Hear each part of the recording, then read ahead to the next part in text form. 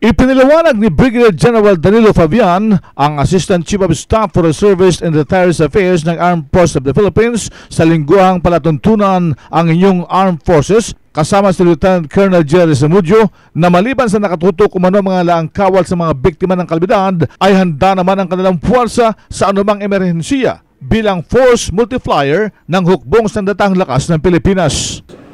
Pangunahin dito yung mag-provide ng base for expansions ng ating armed forces in the event of war, invasions, or rebellion.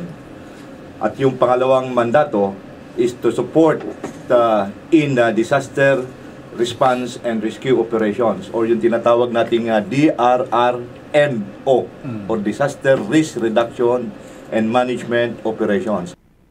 Si Brigadier General Danilo Fabian. Samantala, ang Philippine Army sa kanilang partisipasyon ayon naman kay Colonel Dencio Antonio, ang Deputy Chief G9 ng Army, ay nakakabit na sa ugnayan ng mga local officials. At ito ay nangyayari na ngayon doon sa Central Luzon, particularly in the area of Tarlac, andun yung 3rd Regional Community Defense Group natin, yung mga nasalanta ng baha, ay meron ng teamwork na nangyayari between the local disaster response and management council and our units in the reserve force and the one in charge of these reserve force units and the tactical units in that. Meron na yung pagsasama nila nang sa ganun maganda yung kanilang actions in responding to the typhoon. Si Colonel Dencio Antonio, gayon din ang Philippine Air Force, paliwanag ni Colonel Archibald Valerio, ang XO ng A9. Kagaya ng ibang major branch of service ay force provider lang tayo.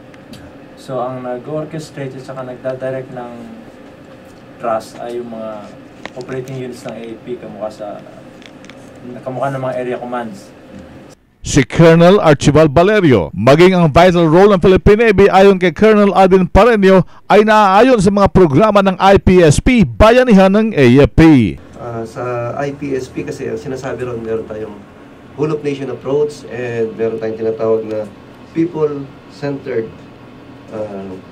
Yung mga reservists nga, naturingan natin, sabi ko nga noon, reservists are the missing link between the military and the civilians. So they are playing a very vital role for the development and the peace and security of our country.